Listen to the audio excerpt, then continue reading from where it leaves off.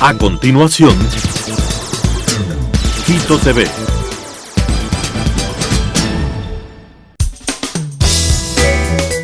Clasificación A.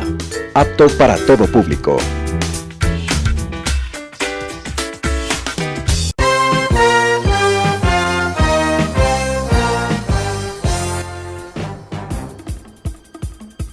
Un tiempo con las noticias desde la capital. Un tiempo con las noticias de la capital. Quito TV. Un tiempo de noticias en Telesucesos, Canal 29.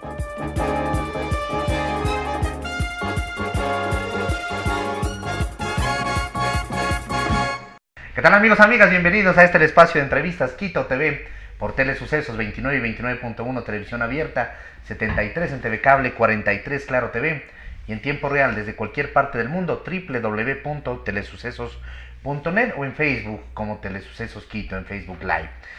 El día de hoy nos acompaña, como lo hacemos todos los jueves, el doctor Simón Espinosa, y tenemos también sobre esta mesa de trabajo importantes invitados que nos acompañan: el arquitecto Fernando Carrión, que ya nos ha visitado algunas veces. Hemos hablado de fútbol, hemos hablado de política, hemos hablado de planificación urbana.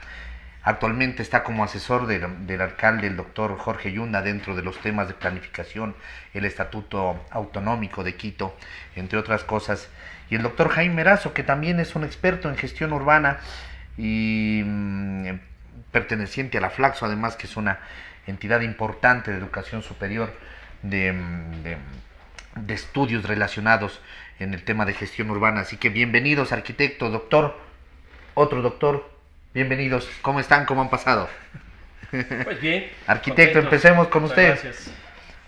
Bueno, para nosotros es ya sin bla bla un honor tenerles a ustedes, porque son profesionales muy conocidos, son personas que aman mucho a la ciudad y que han tenido el acierto de ayudarle al señor alcalde, con lo cual muestran ustedes que son personas inteligentes y posmodernas. Así es que, muy bien. Bienvenidos. Arquitecto, empecemos con usted. ¿Cuál es la labor en la cual está usted focalizado dentro del sinnúmero de labores que me imagino deben de haber dentro del municipio de Quito, de esta ciudad, que es ahora la más poblada del Ecuador, además? ¿Cuál es la principal labor, el eje principal del trabajo que están realizando?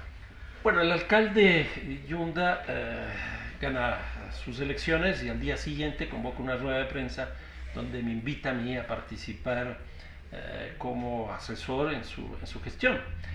Y ahí yo me reuní con él y convenimos en que básicamente eran dos proyectos que yo manejaría. El uno, el Estatuto Autonómico, que es para la ciudad, que es una norma que debería cumplirse a partir de la Constitución del 2008, es decir, en 11 años no se ha aprobado eso en el caso de Quito. ¿Y qué es una constitución de la ciudad, básicamente? Es una especie de constitución. Correcto. De la ciudad. Y lo segundo es el proyecto del corredor metropolitano, que le estamos llamando, que uniría las Panamericanas Norte con la Panamericana Sur a través de las avenidas Galo Plaza, 10 de agosto, Guayaquil y Maldonado. Sobre estructuras ya existentes, digamos. Exactamente. Entonces, convenimos en eso y ahora estoy trabajando justamente esos dos proyectos. Ahora, hay otras cosas que me consulta, pero no implican una cantidad de tiempo tan grande como lo estoy dedicando a estos dos proyectos. Así es. Estatuto Autonómico, empecemos por ahí. Perfecto. ¿En qué estado está?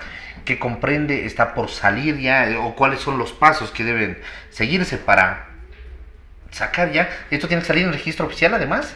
A ver, esto está, como señalaba, está aprobado en la Constitución del 2008. Ahí se establece quizás dos cosas que son importantes. El Estatuto Autonómico debería tener las competencias de las regiones, que ya no hay las regiones porque eso se aprobó en la Constitución del 2008, pero hubo una transitoria que establecía que hasta dentro de 7 años debería constituirse. No se constituyó. Entonces tendría las competencias de regiones, las competencias de las provincias y las competencias de los cantones, es decir, todas las competencias subnacionales. Y la segunda cosa que establece la Constitución es el procedimiento para esto. Y este procedimiento tiene cuatro instancias. Una primera, que es la redacción del estatuto. Uno segundo es la aprobación por parte del Consejo Municipal en 2 sesiones. Una tercera es un informe de constitucionalidad que tiene que dar la Corte Constitucional para decir si está dentro de la norma jurídica fundamental. Y finalmente, en cuarto lugar, esto tiene que ser aprobado por toda la población que vive en Quito a través de una consulta. Entonces lo hace por el tipo de ciudad que es Quito, por lo que es distrito metropolitano, por la población, etcétera, etcétera. En la Constitución se establece que aquellas ciudades que tengan más del 7% de población frente a lo nacional podrían acogerse a esto. Podrían. Correcto. Por eso Quito está buscando esto y Guayaquil no le interesa. Ahora, me parece que poner esta restricción del 7% eliminó la posibilidad de que otras regiones puedan ser metropolitanas. Por ejemplo, el caso de Cuenca con Azogues, por ejemplo, el caso de Manta, Puerto Viejo, Montecristi también podría ser. Otra región que podría ser muy interesante, por ejemplo, en la Sierra Central, Latacunga, Ambato, Riobamba, que podrían acogerse, pero según la Constitución, solo aquellas que tienen el 7%. Y eso cumplen 2 ciudades nada más, Quito y Guayaquil. Bueno, ¿y qué ventajas tiene? Tal vez quieres contestar tú. Jaime, bienvenido, doctor Jaime Erazo, bienvenido. ¿Qué ventaja tiene tener un estatuto de autonomía? Sí. ¿Qué ventajas? Yo creo que varias, pero principalmente 2. Creo que es importante que Quito en la actualidad se ponga a tono con la discusión urbana, la discusión de los órdenes jurídicos, urbanísticos que existen en América Latina.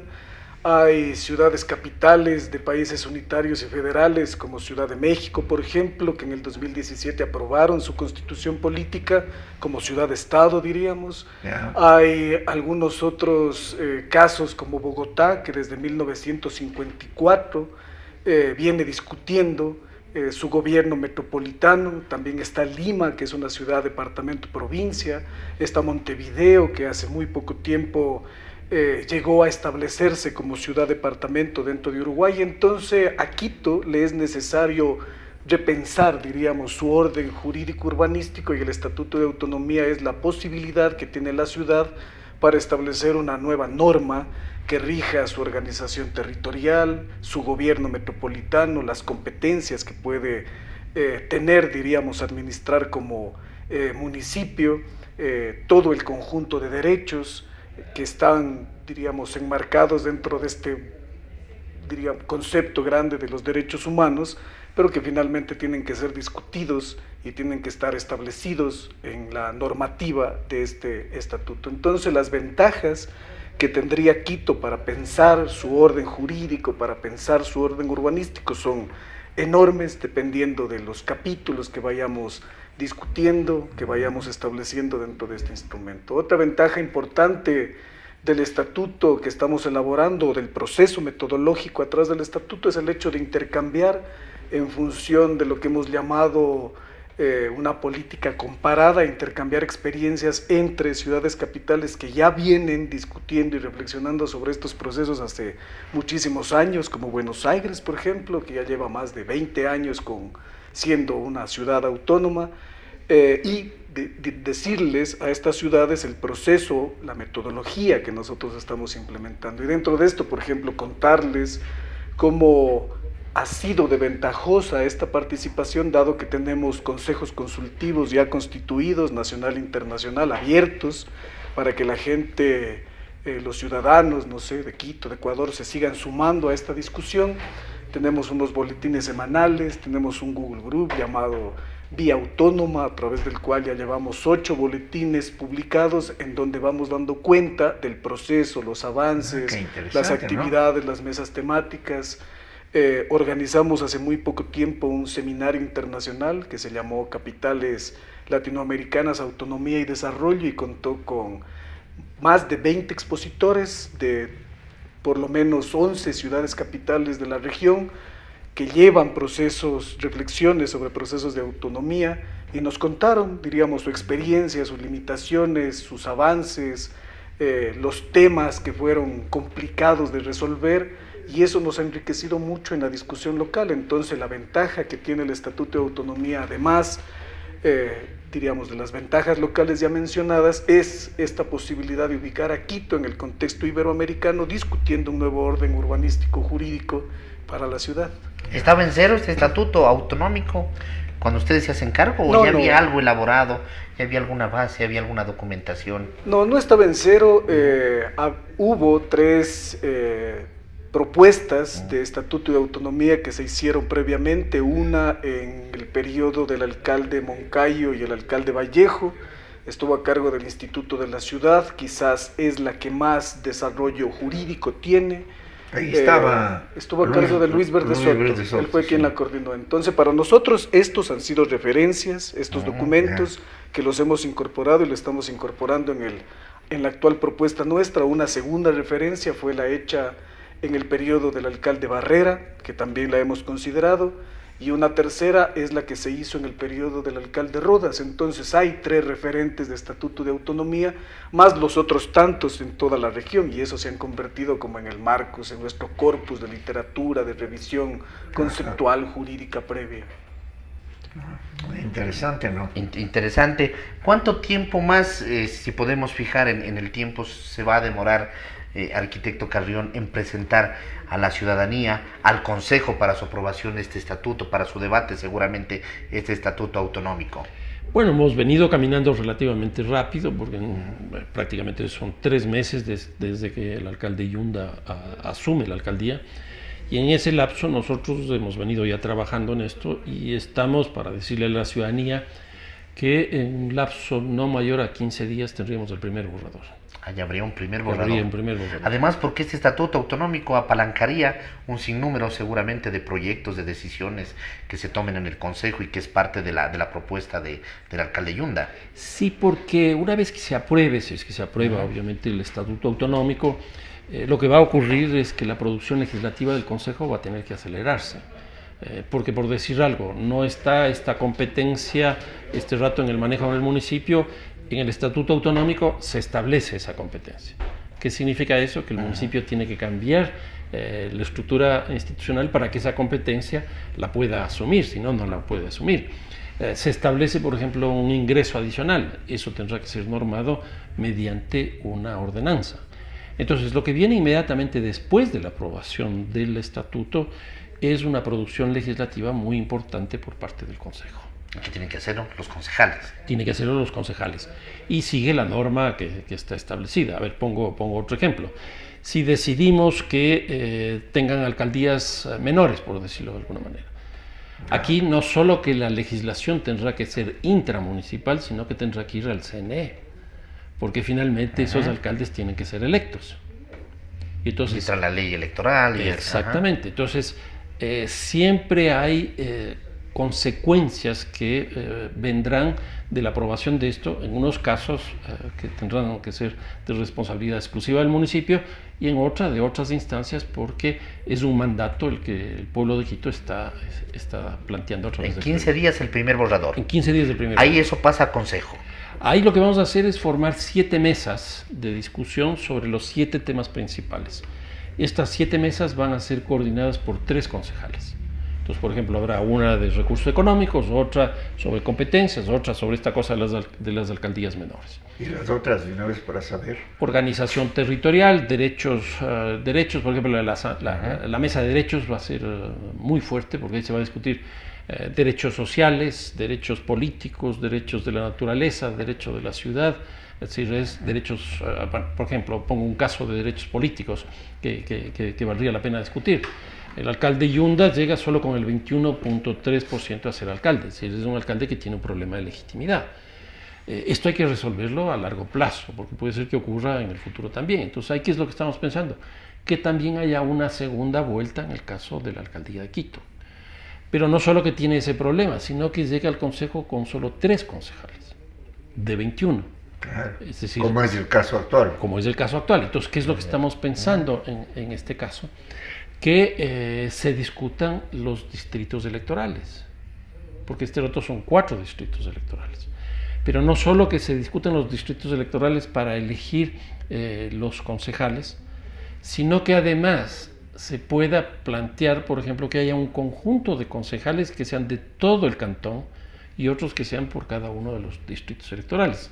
De alguna manera hacer algo parecido a lo que tiene la Asamblea, que tiene unas representaciones nacionales y tiene representaciones provinciales. Ya. En este caso podríamos tener representaciones por los distritos y representaciones por toda la ciudad. Y que se pueden elegir de pronto en segunda vuelta los concejales. Podría ser, ¿no? en segunda vuelta. Entonces, por ejemplo, eso se debatiría en esta mesa de los derechos. Después, en el tema de organización territorial, que también es una mesa importante porque aquí viene todo el tema de lo que significa la planificación urbana de la ciudad. Y entonces habría que establecer aquí ciertas pautas, ciertas normas generales para que de aquí hacia adelante, por ejemplo, se hagan planes, por decir algo, de aquí cada 2 años o que se hagan cada 5 años, pero que se hagan revisiones de esos planes en tiempos menores. Y que tengan cierto blindaje también, ¿no? Para que no vengan y los borren o digan no sirven y volvemos a cero. Que los planes no sean de la administración que Cerrato maneje, Correcto. sino que sea del municipio de Quito. Así es. Y esto que se habla a nivel de Estado, de políticas de Estado y no de régimen, no de gobiernos. Lo mismo en el caso municipal. Ahora, en esto de territorio, el peligro que veo yo es que la ciudad se ha tomado, de hecho, pues 3 valles agrícolas muy buenos, ¿no? ¿No es cierto? Sobre todo Turubamba, ¿no? Luego Los Chillos y Frutal, el otro valle. ¿Cómo se puede impedir que la ciudad a este paso va a ser como de Tulcán a Loja, una ciudad de la sierra, ¿no? Todo sin espacios. ¿O estoy yo exagerando? El Ecuador es el país más denso de Sudamérica. Claro. Es el más denso de Sudamérica. Y sería de América Latina si no fuera por El Salvador, que es un país más pequeño, el pulgarcito de América, que ese sí es el país más denso de toda América Latina. Entonces, ese es un punto de partida bastante complicado para el país. Ahora, ¿qué es lo que nosotros estamos pensando en este tipo de cosas? Quito este rato es una especie de mano. ¿Por qué? Porque tiene la parte central, que es la meseta donde estamos nosotros este rato acá. Tenemos al norte la mitad del mundo, que también ya está integrada. Tenemos un poco más hacia el oriente, hablemos en esos términos, nororiente, está Guayabamba, que también ya está prácticamente integrada. Después viene en tercer lugar el valle de Cumbaya y Tumbaco, después vienen Los Chillos y después viene Machache. Todo eso es hoy día Quito. Todo eso es hoy día Quito. Y es un tipo de urbanización muy complicada, porque antes lo que ocurría es que la ciudad iba creciendo poco a poco, ahora está creciendo por espacios así. Incluso es una especie de archipiélago este rato. Yeah. Y eso es muy complicado. Mientras estas zonas de fuera de la meseta crecen, lo que estamos viendo es que lo que se denomina hoy día el hipercentro, que va desde la Villa Flora, el centro histórico, la Mariscal y más o menos hasta las Naciones Unidas, está perdiendo población. En el periodo intercensal 2000-2010, esta zona perdió 200.000 habitantes. Entonces, ¿qué es lo que ocurre? Estos 10% de la ciudad casi se fue. En esa época, claro. En esa época. Peligro de irse tugurizando, ¿no? Entonces se fue de ahí, ¿y a dónde se fueron? En unos casos se fueron a los valles y otros casos se fueron al Pichincha. Y esas estructuras quedaron vacías. Exactamente. Desocupadas. Y a esto hay que sumarle la migración, que en el caso de Quito en particular, ya no solo es la migración campesina, sino la migración de otros países. Nosotros tenemos 2 países que tienen una migración muy fuerte en Quito, Colombia y Venezuela. Pero a eso hay que sumarle también la migración peruana, haitiana, cubana y de otros países. Quito, todo eso aquí. Todo eso aquí. Entonces, toda esa gente ya no se está localizando en el hipercentro, sino en estas periferias. Para resolver ese problema, estamos trabajando el corredor metropolitano. ¿Y cómo es? El corredor metropolitano integra, como decía, las 2 panamericanas y integra este eje de la 10 de agosto hasta la Maldonado en el sur y también todo el trayecto del metro. Y entonces, en ese espacio, una de las cosas que queremos tener es un proceso de habilitación para la construcción de políticas de vivienda. Entonces, la idea es repoblar de población, valga la redundancia, toda esta zona que está perdiendo este reto de población para que más bien recupere y no se nos vayan hacia las periferias. Doctor, cuéntenos un poco al detalle sobre este corredor metropolitano. Ya salió en rueda de prensa, se ha invitado ya a que participen las distintas empresas para este concepto de corredor metropolitano. ¿En qué consiste? Ya nos ha dado la apertura el arquitecto Carrión, pero ¿qué significaría eso? ¿Cómo se transformaría esta zona? ¿Cómo se invitaría a que la gente regrese a esta zona y pueda vivir y convivir, ¿no? O sea, convivir con otras actividades como es administración, el tema comercial, etcétera, etcétera? Claro.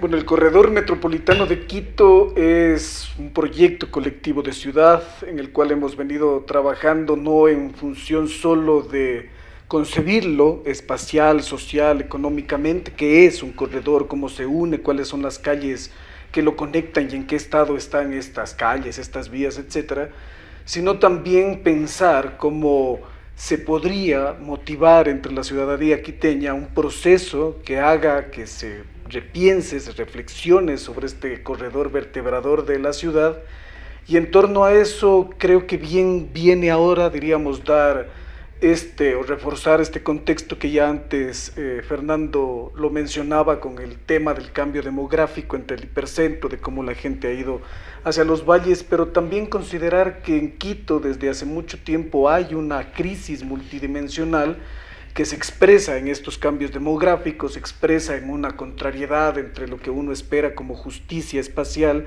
y la desigualdad persistente dentro de la ciudad, se expresa también en esta transformación territorial, haber pasado de ser, haber pasado de una forma central a una longitudinal polinuclear, a un área metropolitana y ahora ya discutir una región metropolitana. Entonces, todo este contexto complejo que ha venido desarrollando el territorio quiteño se puede ver, diríamos, de alguna manera confrontado en cuanto a reflexión por esta propuesta de incidir sobre este deterioro que ha provocado estas dinámicas, estos cambios a lo largo de los años. Y esta incidencia es a través de un proyecto como el que estamos planteando ahora, que no es solamente el corredor, sino es un plan especial de intervención para el Corredor Metropolitano de Quito, así es como se llama el proyecto, y lo que se busca es que varios grupos interdisciplinarios se creen alrededor de reflexionar sobre el espacio público, reflexionar sobre lo que significa el desarrollo urbano participativo, transparente, socializado, reflexionar sobre una política integral de intervención sobre este espacio de más de 40 kilómetros en todo el distrito, reflexionar sobre lo que es el urbanismo ciudadano, es decir, cuántas cosas simbólicas podemos nosotros agregarle a un paseo que puede convertirse en el estructurador de toda la malla vial del distrito, incluidos los valles, porque hay formas de conexión este-oeste que también deberían ser consideradas. Entonces, en este planteamiento de un concurso para el corredor urbano metropolitano, lo que se solicita, diríamos, a estos grupos interdisciplinarios, que además deben contar con algunos auspicios institucionales de los cuales podemos hablar después, lo que se le solicita es reflexionar, idear qué podría hacer usted con el espacio público, qué podría hacer usted con la vivienda, cómo el uso habitacional puede densificar todo este eje tan deteriorado, qué podría hacer usted, diríamos, con nuevas formas de habitar el espacio, de habitar residencialmente el espacio, y cómo esto puede generar mixtura con otro tipo de usos como los recreativos, los deportivos, los lúdicos, pensar en la polifuncionalidad que tendría todo este corredor a lo largo, diríamos, desde Carcelén hasta la conexión de la Maldonado con la Bolívar en el sur. Entonces pensar, diríamos, idear un corredor urbano metropolitano en términos de política integral, en términos de desarrollo urbano participativo, transparente, socializado, en términos de, diríamos, más físicos, más espaciales, idear, diríamos, un nuevo uso habitacional, como ya lo había dicho, idear unos nuevos espacios públicos innovadores, como ahora por ejemplo son los parques de bolsillo, o como puede ser, diríamos, una idea de paseo, tal cual como lo tiene Ciudad de México. En fin, es una invitación a pensar en un proyecto colectivo de ciudad, o propuestas para proyectos colectivos de ciudad que principalmente tienen que ver con la vialidad, con el reforzamiento infraestructural de los medios de transportación, por ejemplo, con las mejores condiciones de espacio público para la participación ciudadana del quiteño, entre otras ventajas. Recibir propuestas, ese es el primer paso de este corredor, recibir ideas, propuestas. Para ahora, después, hablando de la participación, quiero primero comenzar con una anécdota, ¿no? A mí me dicen, yo vivo en la Mariscal, ¿no? En la Tamayo, entre Foch y Wilson. Vivo desde el 83 y me dicen, ¿cómo así no te has ido a los valles? No, como si fuera un pecado vivir allí, ¿no? Le digo, es que yo soy un hombre de fortuna estable. Bueno, pero a propósito de esto, yo pienso en la identidad de Quito, en que se quejan tanto y que ha perdido la identidad, pero yo creo que si se hicieran alcaldías, ¿no? Se podría tener una identidad propia de cada zona, ¿no? De cada alcaldía. Y la suma de esas sería la identidad de Quito, porque la ciudad es demasiado grande. ¿Qué piensas? A ver, si lo que tú estás planteando es lo que está pasando este rato en Quito. Yo creo que Quito este rato es una ciudad de ciudades. O sea, el sur, por ejemplo, tiene su identidad. Claro. Y aquí podría señalar un par de ejemplos. Cuando uno va al sur y mira el grafite del sur, y uno vive en el norte y ve el grafite del norte, son totalmente distintos. Claro. La forma de vestirse en el sur es distinta a la forma de vestirse en el norte. Entonces yo creo que una forma de reconocer que Quito es una ciudad de ciudades sería justamente establecer un tipo de gobierno sobre estas alcaldías menores. Y aquí habría una ventaja adicional, que si nosotros tenemos esta estructura de gobierno sobre base de alcaldías menores, habría la posibilidad de establecer lo que señalan los españoles para España, pactos territoriales. Y eso a mí me parece que es una cosa... ¿En qué consiste? Por ejemplo... Primero, perdona que te interrumpa, ¿en qué consiste este pacto territorial y el parque de bolsillo? Tampoco sabemos los legos. Los dos salen de... A ver, por ejemplo, un pacto territorial alrededor de los recursos económicos. A mí me parece que los recursos económicos tienen que ser centralizados, manejados por el municipio, para que no ocurra, por ejemplo, lo que pasa en Santiago. En Santiago, cada municipio captura los recursos y esos son los de ese municipio. Entonces, los municipios ricos siempre tendrán recursos y los municipios pobres... ¡Qué absurdo, ¿no? Absurdo. Qué absurdo. Entonces, aquí lo que tenemos que tener es una caja común, como existe ahora, y repartir a cada una de estas administraciones o estas alcaldías menores de acuerdo a los pactos que se establezcan. ¿En Lima cómo funciona? En Lima la cosa es un poco más complicado porque ahí lo que tenemos es un municipio provincial. O sea, el municipio de Lima es de provincia. Y Lima tiene dos municipios de provincia, porque es el municipio de Lima y el municipio del Callao. Y entre los dos no se pueden ver. ¿Qué es lo que ocurre dentro de Lima? Son 43 alcaldías distritales. Y en el caso del Callao son 6 alcaldías distritales. ¿Qué es lo que ocurre? Durante este siglo, en estos 20 años que han habido 2 administraciones municipales que no han logrado tener un solo alcalde distrital. Entonces esto le ha generado problemas de gobernabilidad. Frente a esta situación, ¿qué es lo que estamos pensando nosotros? Que lo que valdría la pena podría ser elegir el alcalde zonal o el alcalde menor de una terna que presente el alcalde al Consejo Metropolitano, para que haya ahí una alianza. Claro, pues para que haya también una coordinación y no salga un alcalde enemigo, ¿no? Exactamente. Sembrar feudos contra el señor. Sí. Y la segunda cosa es que lo que sí podría haber de elección popular son cabildos zonales, con lo cual la autoridad que nace en realidad del Consejo Municipal y el alcalde, que sería una autoridad delegada, se encuentra con una autoridad electa popularmente. Es el cabildo quien fiscaliza y exacto. Entonces, fiscaliza básicamente. Aquí no tendríamos el problema que tiene Lima. Por eso la ventaja de lo que decía Jaime de hacer política comparada y haber traído un especialista en Lima que nos cuente todas estas cosas. Con un presupuesto central y administrado en función de las necesidades. Y el de bolsillo, que yo sé que es una cosa marginal, ¿no? Pero otra cosita, el caso de Santiago, por ejemplo. Santiago no es capital. ¿Por qué?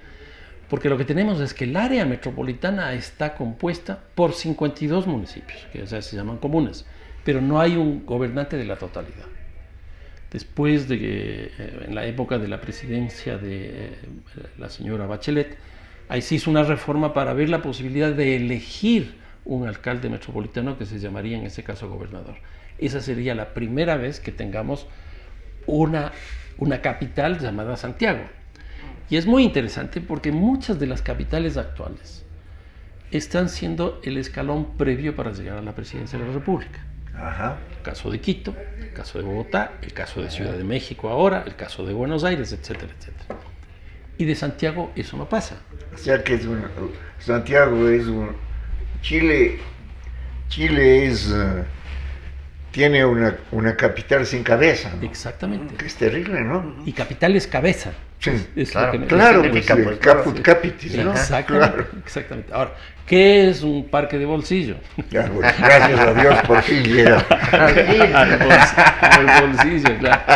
El parque de bolsillo son parques chiquitos que quedan en espacios vacíos dentro de la ciudad. Por ejemplo, cuando nosotros hablamos de la 10 de agosto, esa avenida se viene abajo principalmente por dos razones. Una, la salida del aeropuerto. Todos nos dimos cuenta lo que produjo la salida del aeropuerto en Tababela y toda esa región, porque se ve, la cosa crece. Pero muy poca gente se ha dado cuenta del impacto negativo que produjo la salida de la zona de Iñaquito. Y uno de los fenómenos que ahí produjo es que nosotros tenemos en algunos casos mecánica chiquita, estacionamiento chiquito o espacio baldío. Y estéticamente calles feas, ¿no? Y calles la feas. América, pero eres bondadoso, la 10 de porque no agosto. son feas, sino feísimas. Feísimas, sí. No, es que yo, por la edad ya soy... no uso ya superlativos. Entonces, en esos espacios vacíos, ahí se pueden hacer parques. Pero son parques pequeños. Y a esos parques, una tendencia que hay ahora en el urbanismo, que llaman el urbanismo táctico, los han definido como parques de bolsillo. Entonces, por ejemplo, en ese parque puede haber cosas para niños, puede haber gente para actividades para la tercera edad, puede haber actividades culturales que están de alguna manera enclaustrados en ese y que los espacio. tengo a la mano. Y los tengo a la mano, exacto. Entonces, ese es un parque de bolsillo. Muchas gracias. Como veíamos la otra vez, mientras veníamos por la Plaza Argentina, usted me decía, qué bonita está la Plaza Argentina. Digo, pero el problema es que nadie puede pasar hacia la Plaza Argentina. Sí. Y eso pasa con muchos de los parques. Pero saben ustedes que cuando... Sí, te has de haber enterado, pero cuando estábamos en Quito en esto, y había dos arquitectos allí, pues, en el directorio. Entonces se opusieron contra el plan de la EMOP de poner un puente, ¿no? Encima del parque de la Plaza Argentina. De la Plaza Argentina, que hubiera sido la solución, ¿no? Sí, claro. Pero ellos iban por la estética, ¿no? Y ganaron porque... Qué bueno que alguna vez gane la estética, ¿no? Sí. ¿No sabías eso? No, pero hay un caso muy parecido que es la Y, por ejemplo. El caso de la Y es un caso muy interesante y está dentro del proyecto porque si nosotros simplemente ponemos una plataforma, es decir, una losa sobre la 10 de agosto, podríamos tener la plaza más grande de Quito. Y entonces eso está dentro del concurso. Y encima de eso deberíamos poner un monumento. Y encima de eso deberíamos cambiarle el nombre, porque ya ni siquiera es una Y. Claro, no tiene forma de Y. No tiene. ¿Por qué no ponerle un nombre? Araña. Hay otras cosas de nombres ahí también que son increíbles. Hay una parte que se llama la Parada del Trole. Ese es el nombre que tiene. Hay otro que se llama la Plaza de Toros. O sea, nosotros que nos gusta el fútbol, construimos un estadio, somos tan creativos que le llamamos estadio de fútbol. Entonces yo creo que, y esa es una de las cosas que estamos planteando en el corredor metropolitano, también plantear un debate, una discusión respecto a la nomenclatura. Y que se pueda acceder a los toros, pese a Diablo Una y sus demonios, ¿no? Sí. Bueno, con el alcalde de Yunda, muy difícil que volvamos a los toros. Él tiene una posición que se vio en la Plaza Belmonte que me parece que es de forma explícita, ¿no? Ahora, estos son temas complejos porque son temas de nuevas generaciones que están altamente vinculados no a la corrida de toros siquiera, sino a los temas ambientales. Totalmente. Entonces, por ejemplo, el caso de mi hijo, él sí no quiere saber absolutamente nada de que vuelvan los toros. Y es un problema, me parece, de generacional. Claro, porque el toro tiene una excelente vida, ¿no? Sí, claro. Es todo un señor, hasta los 2 días en que le traen y hasta los 20 minutos en que le atormentan y muere. Exacto. Pero tiene una vida mucho mejor que las gallinas, que los pollos, que toda la carne que comemos, ¿no es cierto? Sí. O sea que habría que hacer también una reflexión, pues, ¿no es cierto? Sí. Claro. Así es. Doctor, ¿cuántos municipios vamos a tener en Quito? ¿Cuántos municipios vamos a tener en Quito? Bueno, es la discusión en la que estamos ahora dentro de este capitulado de la gobernanza metropolitana, que es una gobernanza compleja. Ya ahora hemos conversado sobre, diríamos, la desorganización territorial que en el último tiempo Quito ha manifestado, de cómo hay municipios adyacentes sobre los cuales deberíamos pensar una región metropolitana. Entonces, podríamos estar hablando de al menos una región con 5 municipios, ¿no? Los que estarían incluidos correspondientes dentro de a zonas urbanas, o sea, digamos, todo el norte seguramente un municipio. No, bueno, o sea, más hablando de la región metropolitana. Correcto, o sea, región, si hablamos de región metropolitana, hay por lo menos 5 municipios incluidos dentro de esta región. Pero ya hablando de la discusión sobre la gobernanza metropolitana para lo que actualmente es el DMQ, sin hablar de región, o sea, tenemos 8 administraciones zonales, tenemos... Aquí hay 2 cosas, 2 niveles que son distintos. Uno es lo que dice Jaime, la cuestión metropolitana, que aquí probablemente algo habrá que conversar con el Cantón Mejía, el Cantón Rumiñahui y el Cantón Cayambe, pero para hacer alguna propuesta de mancomunidad. O sea, no que forme parte del distrito metropolitano, sino que sea una mancomunidad. Y dentro del municipio, así como discutimos la autonomía frente al gobierno nacional, también habría que crear autonomías para responder a lo que Simón planteaba hace un rato, estas ciudades. Lo que debería estar en el estatuto no es el número, sino que debería estar los criterios para que se hagan estas alcaldías menores. Claro. ¿Y por qué digo esto? Y esto he ido aprendiendo, porque ya me estoy haciendo abogado también en estas cosas. He ido aprendiendo porque, ¿qué es lo que ocurre? Así como se hace, se deshace. Entonces, si nosotros queremos, por ejemplo, establecemos en el estatuto 9, 10 alcaldías menores, con el paso del tiempo vemos que eso no es conveniente, sino que suban a 10, tendríamos que volver a hacer un plebiscito. Entonces, lo que nosotros estamos planteando es que en el estatuto autonómico simplemente aparezcan los criterios, las características, etcétera, y la creación de estas alcaldías menores, y después la delimitación, el número, etcétera, debería ser mediante un orden. Además, articular con el tema, porque por ejemplo en Tumbaco existe el presidente de la parroquia, existe el jefe político nombrado por el gobierno, y existe el administrador zonal en este momento. Entonces hay que ir definiendo también ese tema de competencias, ¿no? Yo tengo una idea. Siempre que vengo de vacaciones por el norte de la costa, veo toda la zona de la mitad del mundo, ¿no? Y esos montes que con árboles serían preciosos, ¿no? Y es como todo un anfiteatro para hacer una ciudad nueva. La dificultad es la falta de agua.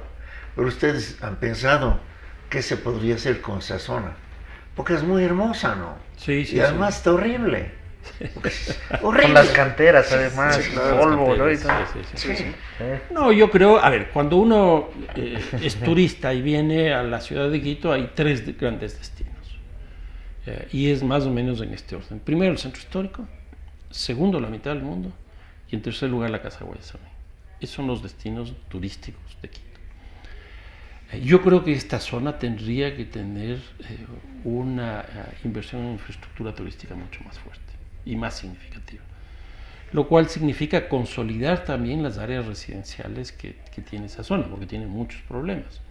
Porque la gente no solo va y se para en la mitad de la línea con una pierna en el un lado y la otra pierna en el otro, sino que también va a comer ahí. Claro. Y ahora, por ejemplo, que UNASUR ya ya salió de ahí, ya no hay otro atractivo para ir a esa zona. Esperemos que se resuelva rápidamente el tema de UNASUR y ese edificio nuevamente pueda ser ocupado, con lo cual también irá gente por eso.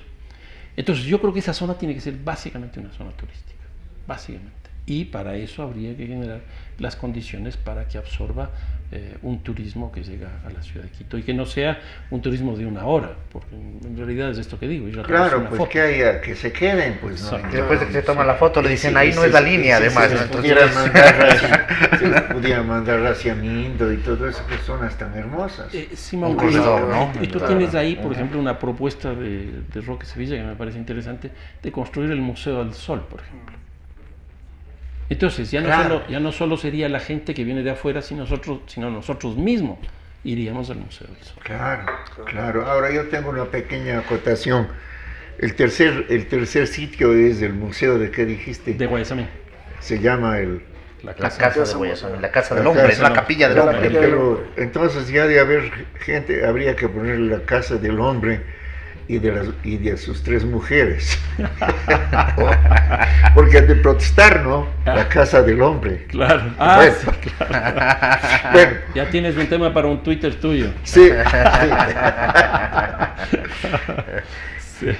Bueno, nos estamos ya quedando cerca del final del programa, pero el próximo 9 de septiembre rige el Hoy No Circula, así se llama, ¿no? Ya no hay el pico y placa. Sí. ¿Cuál es la alternativa que tenemos los que tenemos que dejar el vehículo en la casa? ¿Cuál es la alternativa para movilizarnos? A ver, yo diría una cosita antes de esto. ¿Sí? El concurso, el corredor metropolitano estamos haciendo un concurso. Ese concurso se termina la inscripción de los grupos este viernes.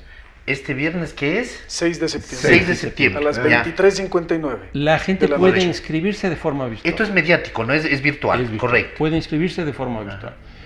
Tenemos la expectativa de que se inscriban más allá de 60 grupos. Si eso logramos, sería el concurso con mayor participación que haya habido en toda la historia de la ciudad. Es una cosa espectacular. Ojalá, ¿no? Ojalá.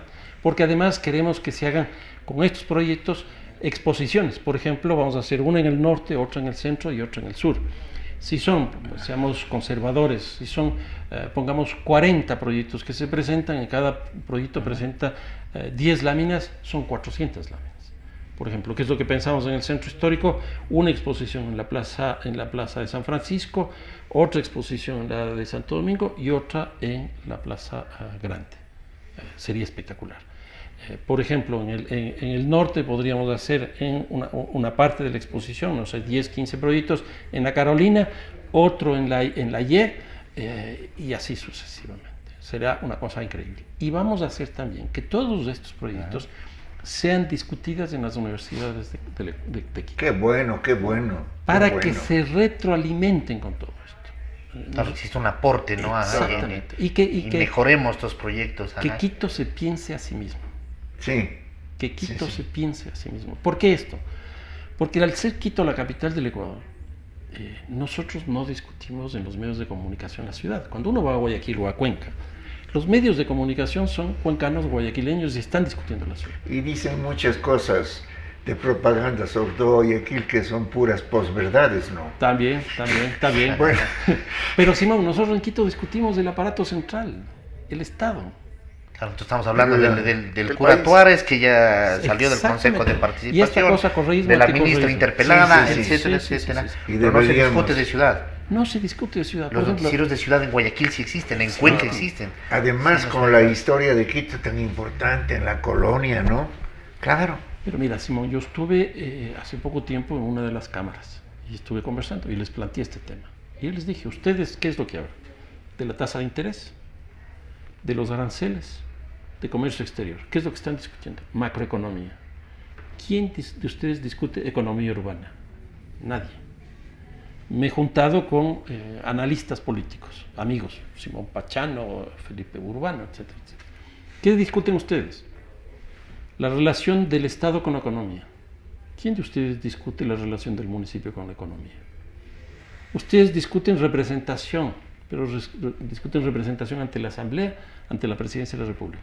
Pero ¿quién discute los problemas de crisis de representación que tiene Quito? Esto que hablábamos de llegar un alcalde con 21% y con solo 3 concejales. Claro, claro. Yo creo que este puede ser el gran momento para que Quito discuta Quito, para que Quito entienda la ciudad. Ahora, respecto hoy no circula, hoy ¿qué no me circula. muevo?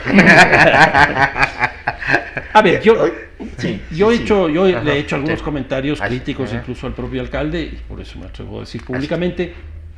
Yo creo que ahí se cometió un error, porque lo que se debió haber hecho era primero difundir los beneficios que significa la repavimentación. Y segundo, las restricciones, que en este caso sería el pico en placa o el hoy no circula.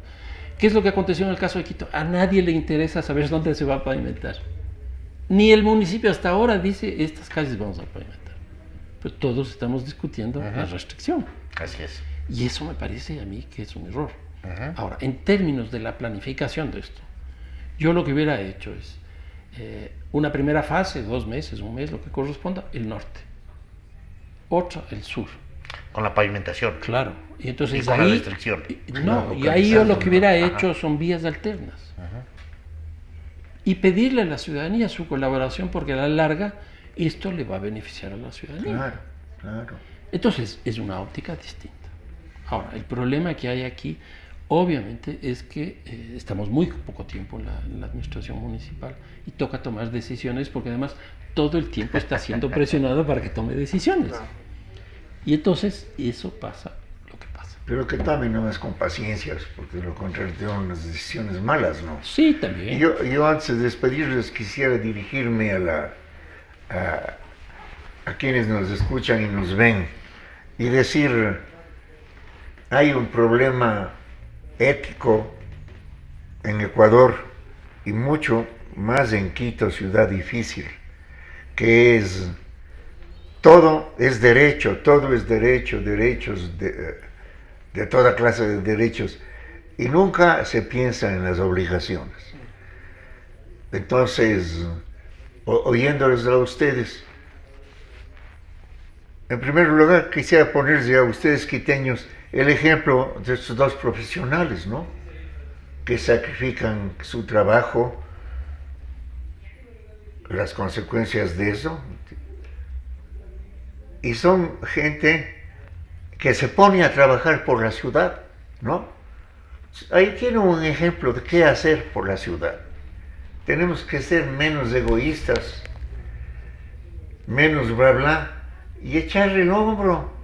Aquí tienen a 2 personas que han puesto todo, y quiero yo felicitarles y decirles que son un modelo de ciudadanía. Gracias a Dios. Ahora terminamos después de mi crédito. Gracias, arquitecto Carrión, doctor Erazo, muy gentiles por haber estado aquí. Importante el aporte que ustedes hacen a la ciudad desde el lugar en donde están ahorita como asesores del señor alcalde, y el aporte que hacen constantemente a través de sus publicaciones y asistiendo a este tipo de entrevistas en los medios de comunicación, que es importante, que es la manera de llegar. Nosotros somos ese nexo para poder llegar a la ciudadanía en todos y cada uno de los sectores donde nos ven, en el Ecuador, en el mundo, y como decía alguien, el mundo y sus alrededores además, ¿no? Muchas gracias por haber estado aquí. Muchas gracias a ustedes. Doctor, muy gentil, gracias. Amigos, el arquitecto Fernando Carrión, el doctor Jaime Erazo, el doctor Simón Espinosa, nos despedimos. Gracias por habernos acompañado. Hemos hablado de 2 proyectos, sobre todo significativos para la ciudad de Quito: el Estatuto Autonómico y el Corredor Metropolitano. Hasta este viernes se espera 60 grupos que participarán con propuestas, con ideas para este corredor metropolitano que articulará la ciudad, uniendo sus 2 extremos, el sur y el norte, a través de estructuras que ya existen, pero hay que revitalizarlas. Así que hasta este viernes, y de ahí habrá una exposición de estos proyectos, una retroalimentación con universidades, con colegios, con gremios de profesionales, etcétera, etcétera, para alimentar de la mejor forma este proyecto. Que pasen bien, hasta la próxima, felicidades.